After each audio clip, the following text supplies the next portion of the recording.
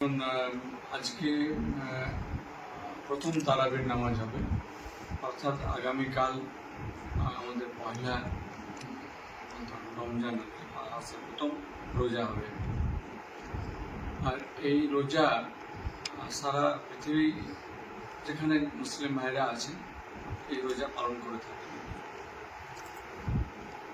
এবং এই রোজার মাসটা হচ্ছে সবথেকে পবিত্র মাস এবং সব থেকে বড় পুণ্য পাওয়ার মাস।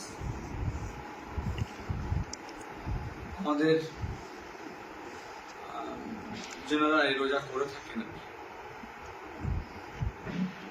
এই রোজা হচ্ছে রহমত চাওয়ার মাস, মাগফিরাত চাওয়ার মাস, ক্ষমা চাওয়ার মাস।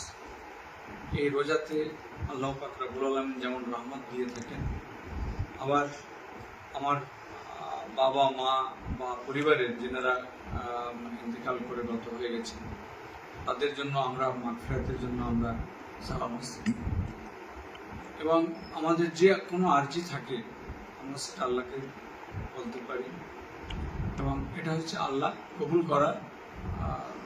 করে থাকেন আর কি এই রমজান মাসে। কাজে এই পবিত্র রমজান যেন সকলের শরীর সুস্থ থাকে, সকলে যেন রোজা রাখতে পারেন, আল্লাহকে খুশি করতে পারেন, এবং আজকে যারা করছেন এটাকে ছোটরাও দেখে তারাও রোজা থাকবে। এবং সায়েন্টিফিক ওয়েতেও দেখা যদি যায় তাহলে এই রোজা শরীরের জন্য উপকারিতা নিয়ে আসে। কাজে সকলকে আমার শুভেচ্ছা অভিনন্দন আমি জানিয়ে রাখছি কি মাহে রমজানের সকলের প্রতি আমার আরও একবার শুভেচ্ছা রইল আর কি। সকলে ভালোভাবে রমজান মাস পালন করুন।